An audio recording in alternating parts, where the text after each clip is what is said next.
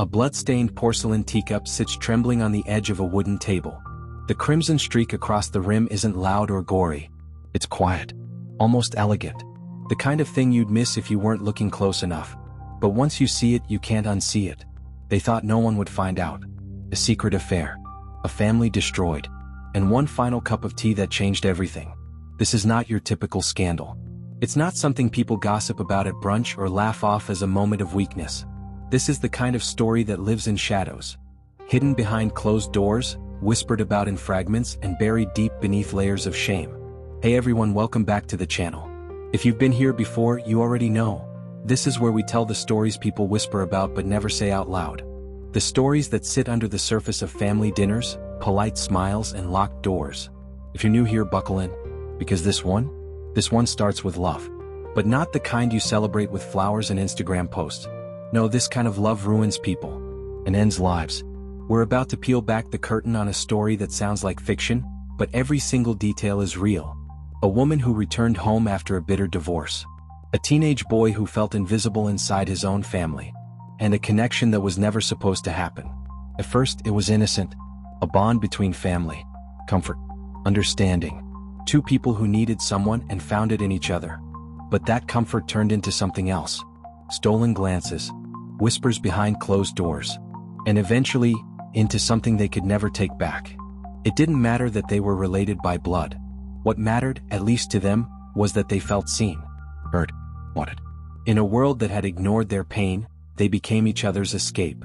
But there's a thin line between escape and destruction. And when the walls started closing in, they didn't pull back. They doubled down. This is the kind of story that makes you question everything. Not just what's right and wrong, but how far someone will go to keep a secret buried. How deep they'll dig. How many lines they'll cross. And whether love can really be love when it leaves a trail of lies, shame, and blood. We're not just telling this story for shock value. We're telling it because sometimes the most terrifying thing isn't a stranger breaking in. It's the people we let into our hearts. The ones we trust the most. And when that trust is broken in just the right way, the damage isn't just emotional, it's deadly. In this story, no one walks away clean. There are no heroes, only choices and consequences. Make sure you're subscribed because what you're about to hear will challenge your assumptions about love, loyalty, and what really drives someone to cross a line. Hit that notification bell, because this isn't just a story, it's a warning. And trust me, you'll want to hear every single moment. Stay with us until the end because the truth isn't what it seems. And the person who planned the murder isn't who you think it is. Let's dive into the chilling story of a forbidden affair that spiraled into something far more sinister. She wasn't supposed to come back, not like this. After years of marriage and what looked like a picture-perfect life, she returned home carrying boxes, baggage, and something else she couldn't quite name. She was in her late 30s, still attractive, still holding herself together, but there was something behind her eyes, something cracked and unspoken. Her divorce wasn't just messy. It was humiliating. Betrayal, abandonment, lawyers, and silence. So she did what many do when the world burns down, she came home. Home wasn't her childhood bedroom though. That had long been painted over and turned into a home office. No, she moved into the guest room of her sister's suburban house. A tidy, two-story home with trimmed hedges, soft lighting, and just enough charm to make it feel like stability. Her sister welcomed her with polite warmth, the kind that comes with shared blood but not shared intimacy. They'd never been particularly close. There were always subtle differences in how they saw life, relationships, boundaries. But family was family, and in times like these, you hold the door open and don't ask too many questions.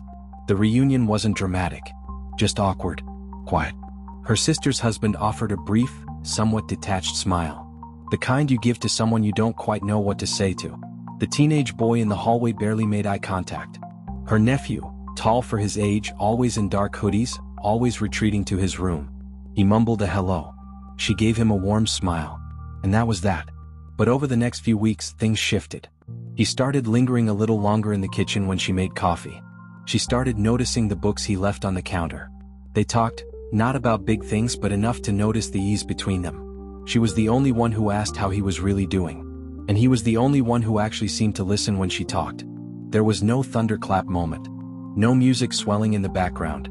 Just moments, tiny ordinary moments, that began to stack up like kindling. She cooked dinner one night. He offered to help with dishes.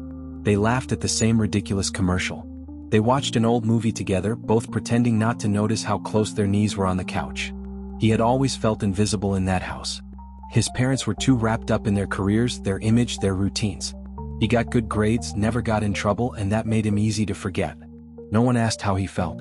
No one noticed when he stopped eating breakfast or when the light in his eyes dimmed. But she noticed. She saw things. Like how he held his breath when his father walked into the room. Or how he always sat with one shoulder angled slightly away, like he was preparing for disappointment. She didn't just see a nephew. She saw a boy on the edge of becoming a man who had no one to guide him. And for the first time in a long time he felt seen. Not managed. Not criticized. Just seen. They started going on walks. Just the two of them. Talking about school. Music. Life. She shared stories from her past. Nothing too heavy, just enough to make him laugh. He opened up too. About how he never really felt like he belonged. How sometimes he felt like a ghost in his own house. And she listened, really listened.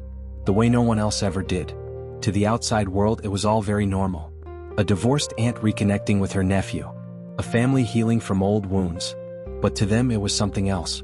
Something dangerous. Something unspeakable. They looked at each other a little too long.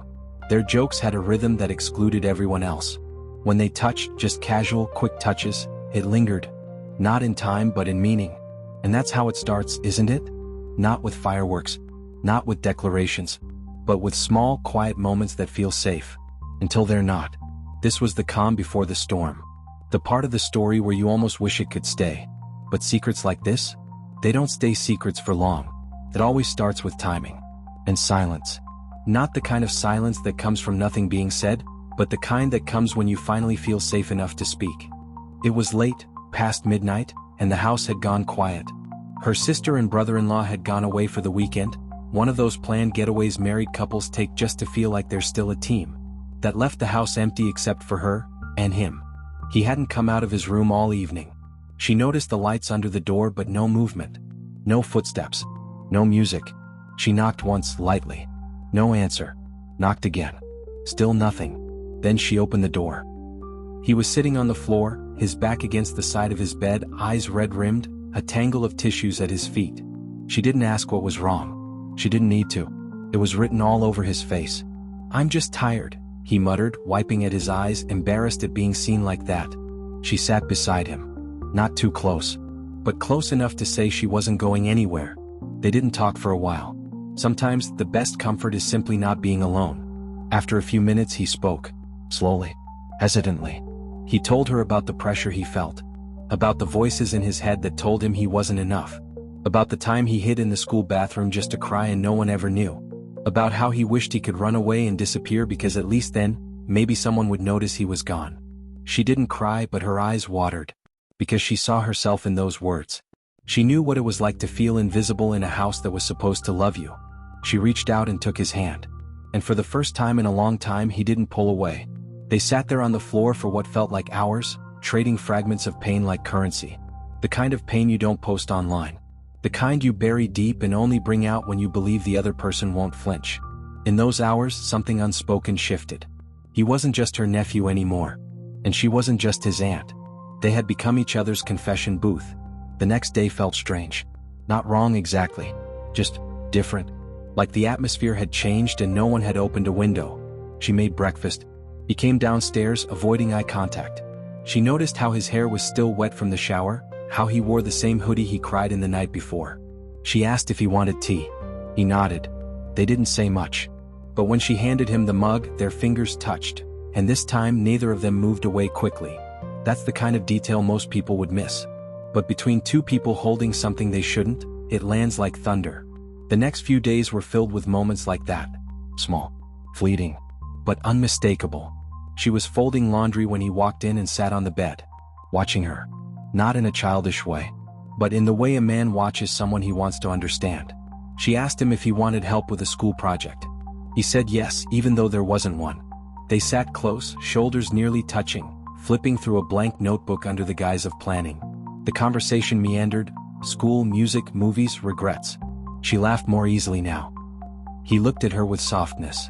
Admiration. Something else. Later that week, she passed by his room and found him sketching. She asked what it was.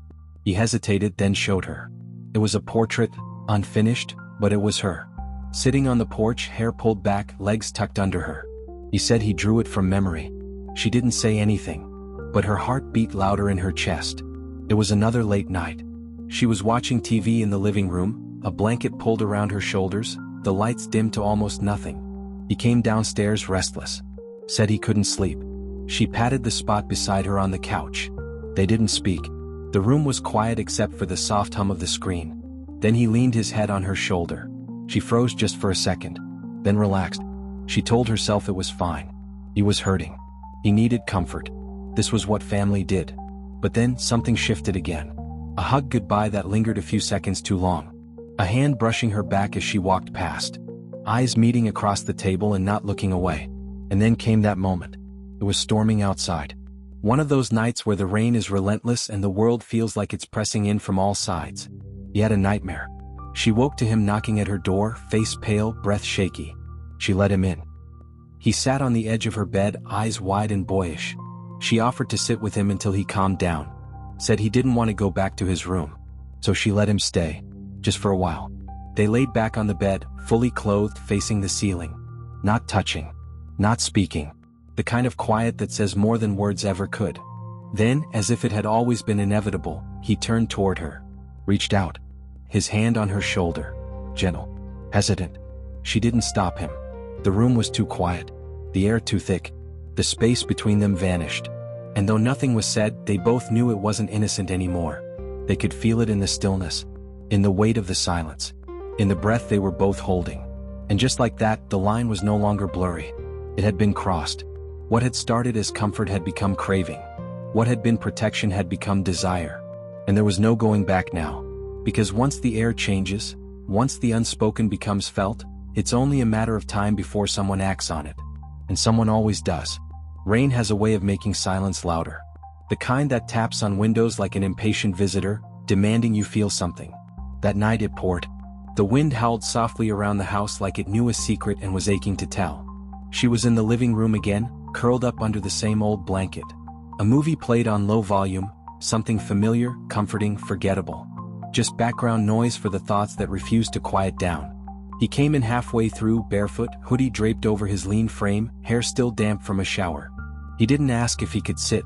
He just did. Next to her. Close. The storm outside was reflected in both of them, restless energy trapped beneath calm exteriors. For a while they just watched. Their shoulders brushed once, then twice, but neither moved away. She passed him a piece of chocolate from the bowl beside her. He took it, their fingers grazing. And then, it just happened. She turned to look at him. Something funny had just happened on screen. Their eyes met. He smiled a little nervously. And maybe it was the comfort of the storm, the quiet of the house, or the hundreds of unsaid things between them. But in that moment, she leaned in. So did he. Their lips met softly. Briefly. But time has a cruel way of stretching out a single second when it's filled with something forbidden. When they pulled back, his eyes were wide. Not in fear, but in realization. He stood up fast as if burned. Muttered something about being tired. And just like that, he was gone, disappearing up the stairs and into the dark. She sat frozen. Her heart thudding against her ribs like a warning bell. It was just a kiss, she told herself. But she knew better. It was the beginning of something they wouldn't be able to stop. That night, neither of them slept. She stared at the ceiling, listening for the creaks in the hallway, every sound amplified in the stillness. Her mind spun with shame, confusion, and longing. It was like stepping off a ledge and realizing too late you wanted to stay grounded. But she didn't regret the kiss. She regretted how much she wanted more. He lay in his bed, tossing, turning. His thoughts a mess of contradictions. She wasn't just anyone. She was his aunt. The woman who comforted him. The one who listened when no one else did. It wasn't supposed to go that far. And yet, when he closed his eyes, he could still feel her lips. So when he found himself standing outside her bedroom door hours later, it wasn't planned. It wasn't rational. It just was. He didn't knock. He didn't speak. Just opened the door and stepped inside. She sat up instantly, eyes locking onto his. And still no words. He climbed into the bed. They didn't touch. Not at first. They just laid there, facing each other, breathing in the same air. But eventually he reached for her. And this time she didn't hesitate. Their affair didn't explode into being. It unfolded quietly like smoke under a door, creeping in slow and invisible, but impossible to ignore once it's there. They didn't talk about it, didn't define it. That would make it real. But it was real. In the touches that lingered too long. In the whispers that turned into sighs. In the way they locked the bedroom door when the rest of the family was asleep. And always, in the guilt that wrapped around them after each encounter like a second skin. She would sit in the shower for long stretches, steam clinging to her face trying to wash it all away. But it never left.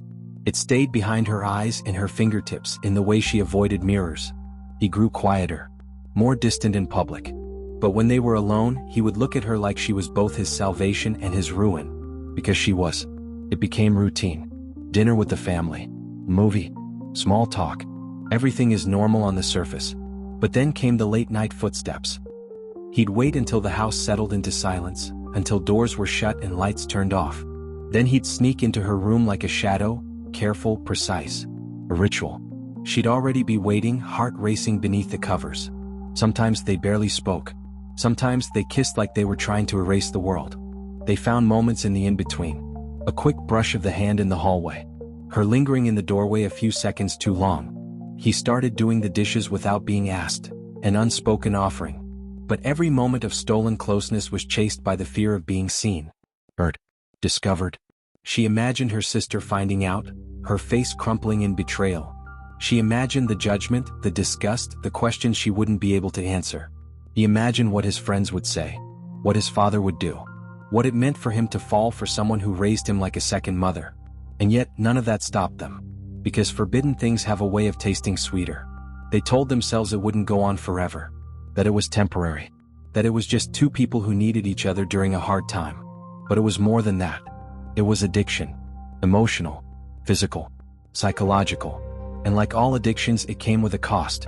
Because secrets don't stay buried. Desire doesn't remain harmless. And no locked door stays locked forever.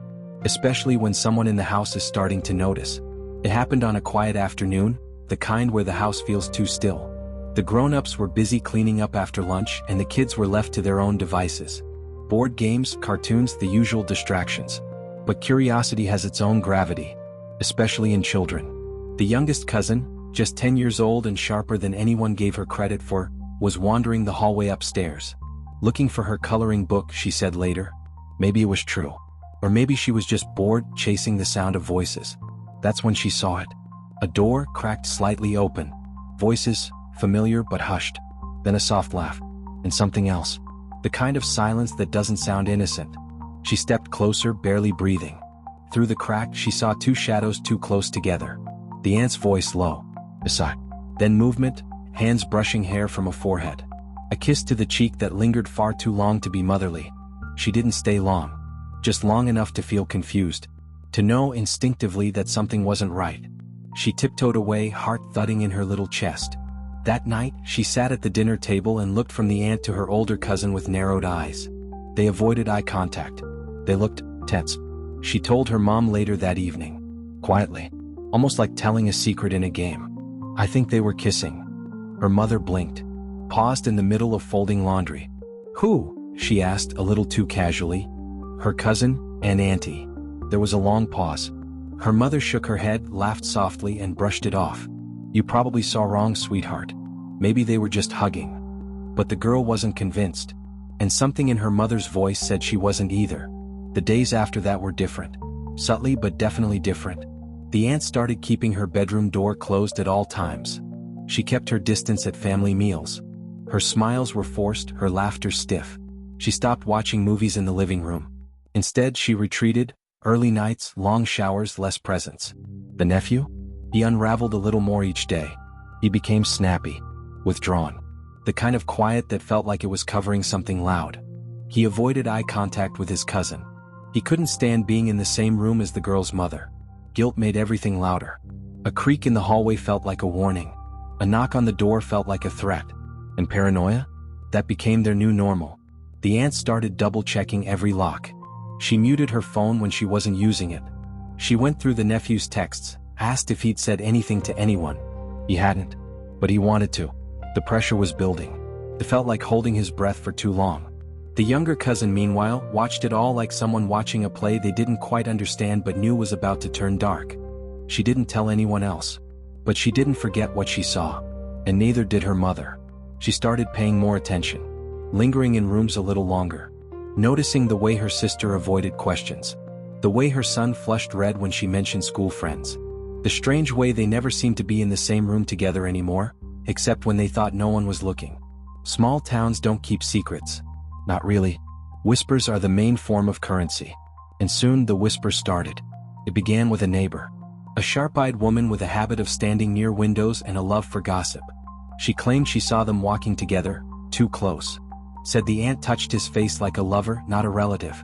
Another said she saw them in the grocery store aisle, and something about the way they looked at each other didn't feel right. Too intense. Too private. Someone else said the boy was acting strange, more withdrawn than usual, pale, snappy, like he was carrying something heavy. One rumor led to another. It didn't take long for the whispers to slither into every kitchen, every backyard get-together, every PTA meeting. And the worst part? No one said anything directly. But people started acting like they knew. Friends stopped inviting them over. Neighbors stopped waving from porches. The aunt started getting side eyes at the grocery store. Someone snickered behind her back in the frozen food aisle. And the boy? He could feel it at school. The weight of it. The rumors. The stares. The tension between not knowing who knew and knowing that someone did. He started skipping classes. Staying in his room. Mood swings that went from rage to despair without warning. One afternoon he snapped at the cousin who first saw them. Shouted, "Cues," then stormed out of the house. The aunt tried to smooth it over. Pretended it was teenage moodiness. But the fear in her eyes said otherwise. She knew it was slipping.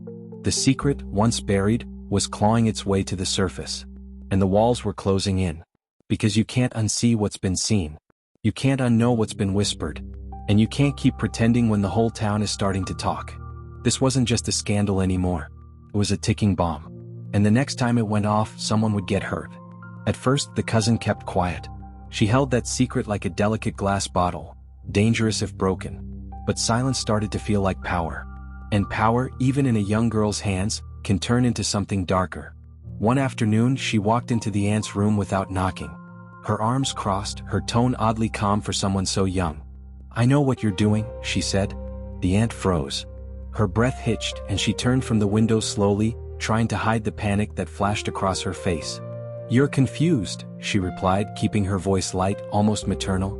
But the girl didn't budge. "I saw you. I heard things. And if I tell Mom and Dad, well, I don't think they'd let you stay here." That was the first crack. The aunt sat down on the edge of her bed, heart pounding so hard she could hear it. This wasn't just a child with an overactive imagination anymore. This was a threat. "What do you want?" she asked quietly. The girl shrugged. "New clothes. Some money. Maybe a phone." The aunt gave in. Not because she wanted to, but because fear makes cowards out of everyone, even the bold. It started with $50 here and there. Then $100. Then shopping bags began to appear. Little things, new headphones, gift cards, a new pair of sneakers. The aunt handed them over with trembling fingers and a warning in her eyes. "Don't tell anyone." The cousin smiled. She liked the control. It was the first time she'd ever felt like an adult in a house where no one ever listened to her. But blackmail has a short shelf life. Because eventually the power shifts. The aunt started to change. At first she played along. Pretended everything was under control. But the constant fear, the mounting pressure, it started turning her soft panic into cold calculation. She confronted the cousin in the hallway one night, no smile, no warmth, just quiet, simmering rage. "You say one more word to anyone and you'll regret it." The girl's eyes widened. For the first time she looked genuinely afraid. But the aunt wasn't bluffing. She had learned that fear could work both ways. The giving stopped. No more money. No more gifts. Just silence, laced with mutual suspicion. Meanwhile, the nephew began to feel something shift between them. It wasn't sweet anymore. It wasn't forbidden and exciting. It was suffocating. He'd find her watching him from across the room with a strange intensity, like she was trying to read his thoughts. She clung tighter, kissed harder, whispered reassurances he didn't ask for. And when he pulled away just slightly, she would grow cold. Distant. Then controlling. "Why are you avoiding me? Are you ashamed of me now? Don't forget who was there for you when no one else was." Her words felt more like shackles than comfort. And he was beginning to feel like a prisoner in a relationship he no longer recognized. He started skipping meals. Avoiding her room. Making excuses to leave the house. The guilt was unbearable, sure, But what terrified him more was the way she acted like nothing was wrong. Like the secret they shared hadn't mutated into something monstrous. At night, he'd lie in bed and stare at the ceiling, asking himself how it got this far. It wasn't love anymore, not really. It was obligation. Pressure. A debt he couldn't repay. One day he confronted her. "I think we should stop," he said, his voice barely above a whisper. Her face twisted, shock, then fury, then a smile so fake it made his skin crawl. "You don't mean that," she said. "You're just scared. You'll come back." But he didn't. Not that night. Or the next. And with every step he took away from her, she grew more desperate. She started leaving notes in his backpack. Little reminders of their time together. A bracelet he gave her. A photograph of them at a family picnic. She wasn't letting go. She couldn't afford to. Because if he left, really left, what would he say? What would he confess? Who else might find out? The walls were closing in on all of them. The cousin had stopped speaking to anyone in the house, choosing instead to stay locked in her room. The aunt barely slept, pacing the hallway like a ghost. And the nephew? He was spiraling, guilt, fear, confusion, all crashing into each other until he couldn't tell what was real anymore. Their once hidden relationship was now a minefield. Every word, every glance, every movement had to be calculated. Because the wrong one could blow everything up. And underneath it all, a question lingered like poison in the air. What happens when love becomes a secret you do anything to protect, even kill to keep buried? She could feel him slipping away and it terrified her. The warmth in his eyes had dimmed. His touches grew hesitant. Conversations became shallow, mechanical, like he was reading from a script and praying for the scene to end. She tried everything at first. She cooked his favorite meals, left little notes under his door, smiled through her heartbreak, pretending not to notice that he was pulling away like the tide. But she noticed. And then, she panicked. Because for the first time she realized something horrifying. She needed him more than he ever needed her. And that imbalance, that aching truth, shattered her. So she did what desperate people do when they're backed into a corner. She found a way to make him stay. Not with affection. Not with guilt. With chemistry. It started with simple research. Late nights scrolling through medical websites and forums that never should have existed. She looked up how to make someone tired. How to make them confused. How to keep someone close without ever laying a hand on them. And then she read about certain herbal compounds, harmless in small doses but over time, they could make someone compliant, sick, dependent. She visited 3 different stores to collect what she needed. Nothing suspicious on its own, just loose-leaf teas, over-the-counter additives, crushed supplements no one would think twice about. She made his tea every evening after dinner. It was their tradition, she said. At first it really was just tea. But then, she started adding things. Just a pinch. Just enough. He didn't notice it at first. Why would he? It was subtle. A headache here. Nausea that passed after a nap. Trouble focusing. Mood swings. Dizziness. She pretended to fuss over him. "Maybe it's just stress," she said, cupping his face. "You've been through a lot." He nodded, grateful for her concern. And that's the twisted part. He trusted her even as she poisoned him. But you can't poison someone into loving you. Not really. And as his health declined, so did his emotional walls. He started to open up, just not to her. An old friend from school, someone he hadn't spoken to in years, reached out after seeing how quiet he'd become online. A casual check-in became a lifeline. They started talking. Nothing deep at first. But slowly he began to share pieces of the truth, how his home didn't feel like home anymore. How he felt like a prisoner in his own body. How he couldn't think straight. How he sometimes forgot what he was even upset about. And then the big reveal. He hinted at the affair. Not directly. Just enough for his friend to sense something was seriously wrong. "Man, that's not love," the friend said during one late-night call. "You're not safe. You need to get out. Like, now." That night he didn't drink the tea. He poured it down the bathroom sink and watched the liquid swirl like a dark secret disappearing down a drain. The next morning his head felt clearer. Still foggy but less heavy.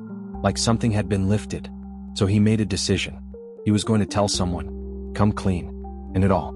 It didn't matter how much trouble he got into. He just wanted out. But he never got the chance. Later that day she noticed the untouched teacup in the sink. And something inside her snapped. She realized the control was wearing off. The leash was slipping. She couldn't let him go. Not after everything. Not when she'd risked it all, burned every bridge, betrayed every law of nature and morality just to keep him close. She brewed another cup that night. stronger this time. And she smiled when she handed it to him, like everything was perfectly normal. Some poisons are fast. Others? They're patient. They wait. They rot a person from the inside out until they don't recognize themselves anymore. And for him, the worst part wasn't the tea or even the sickness. It was the betrayal. Because it wasn't a stranger who hurt him. It was someone he once believed would never, ever do something like this. Someone who said they loved him. It was supposed to be the end. He came to her that afternoon looking weary and disheveled. He didn't want to, but he knew it had to happen. He couldn't keep living in the lie, the secret, the affair that had already cost him so much of himself. So he made his decision. He would tell her, one last time, that it was over. He walked into her house, the familiar warmth of the kitchen greeting him like it always had. The scent of her tea, her favorite mixture, clung to the air. She was waiting for him. Without a word, she gestured to the table. The kettle was on the stove, the cups already set out. He sat down, feeling like he was walking into an execution chamber, though he didn't know it yet. She began to pour the tea, slow and deliberate. The liquid filled the cup in smooth, controlled streams. There was no rush. She wanted him to savor it. She wanted him to think this was a normal moment. One last peaceful moment before everything changed forever. The tea, dark and rich, sloshed gently into the porcelain teacup. He watched her hands. She didn't seem anxious, though something was off. The air felt heavier than usual, but he didn't know why. He took the cup from her, his fingers brushing hers for just a second, just long enough to remind him of the warmth they once shared. She smiled at him, the kind of smile that said, "Everything will be okay. Trust me." And he did. But as he took the first sip, the warmth that had always been there between them began to slip away. The tea this time tasted different. The bitterness crept up his throat almost immediately. But he didn't say anything. He just set the cup down and waited. A few moments passed. Then, suddenly, his body went slack. He collapsed onto the table, his face hitting the surface with a sickening thud. His eyes rolled back, and the air around him seemed to suffocate, the room growing impossibly still. She jumped to her feet, but it was all too late. The poison she'd been slipping into his tea for weeks, had done its job. She screamed, her voice echoing in the silence of the house. It was a scream of panic, of horror. But it was hollow. It was rehearsed. The sound of her scream lingered in the air, but only for a moment. In truth, she hadn't wanted him to die that way. Not so soon. She had imagined the scenario differently, softer, slower. A confession of love as she drugged him slowly, over time, building up his dependency before making her final move. But now, here he was, lifeless on the table, and she could feel the cold panic setting in. She rushed to him, but not to save him. To pretend. To make it look real. Her hands trembled as she cradled his face, running her fingers over his closed eyes, then cupping his cheeks, making sure her movements were as frantic as they needed to be. A few more screams. She collapsed beside him, her body shaking in the kind of grief that seemed a little too calculated. She called his name, her voice cracking as if she truly believed she was the victim here. She wasn't crying for him. No, she was crying for herself. For the life she'd built, for the secret she couldn't keep any longer. And yet, even as she sobbed, something inside her remained calm. Her thoughts already moving past the charade to the next steps.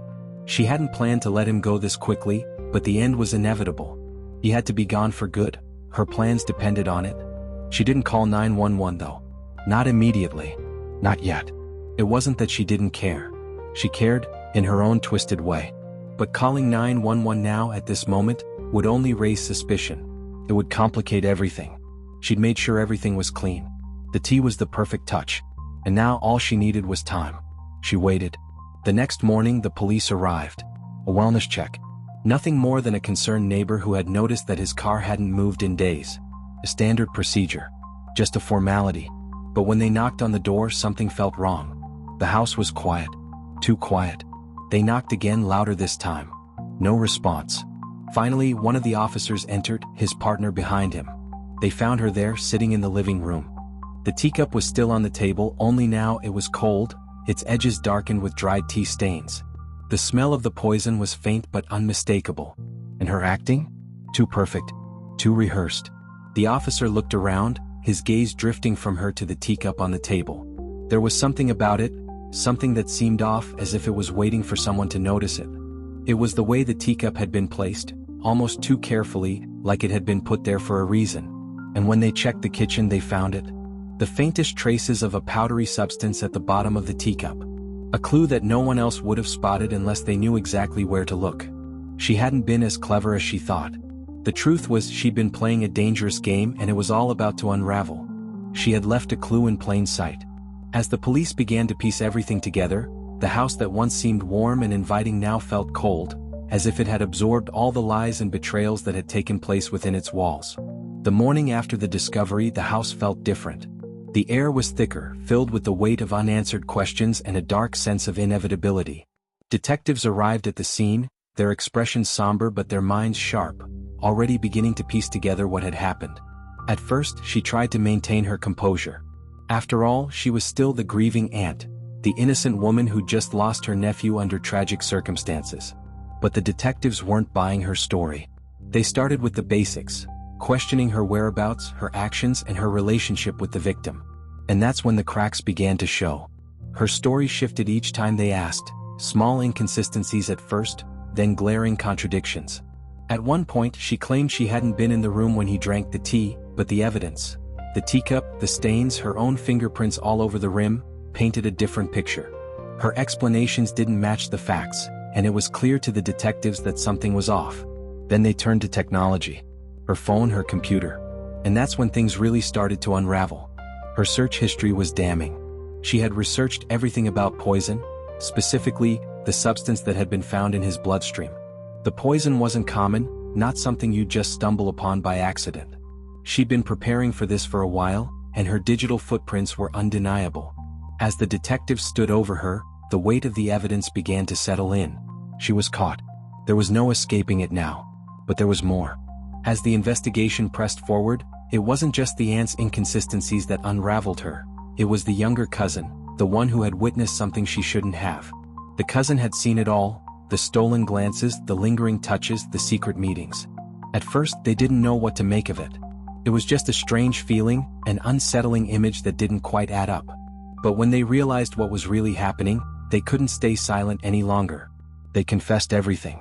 They'd been the one to see her and the nephew together one too many times, too close, too intimate. The cousin had noticed the odd behavior, the hushed whispers behind closed doors, and the strange tension that hung in the air every time they were near. The guilt had been eating at them for days, but now, with the truth coming to light, the weight lifted. They knew they had to step forward, no matter the consequences. It was hard, of course. It was a betrayal in itself, ratting out a family member. But in the end, the cousin's courage outweighed their fear. And with that confession, everything clicked into place. The pieces were falling together faster than ever, and the noose around the aunt's neck was tightening. By the time the detectives had enough evidence to make an arrest, the house was quiet, eerily so. The aunt had been pacing, trying to avoid the inevitable, but it was no use. The detectives, having gathered all they needed, made their move. The hallway was silent, save for the sound of footsteps echoing in the distance. And then the sound of the doorbell rang through the house. The officers had arrived. She didn't say anything when they entered. No scream. No surprise. Just a blank stare. As they approached her, she knew what was coming. Her hands trembled, but she didn't fight it. There was no point in trying to deny it any longer. They had everything. The cold, metallic sound of handcuffs being clicked into place was the only noise that filled the air.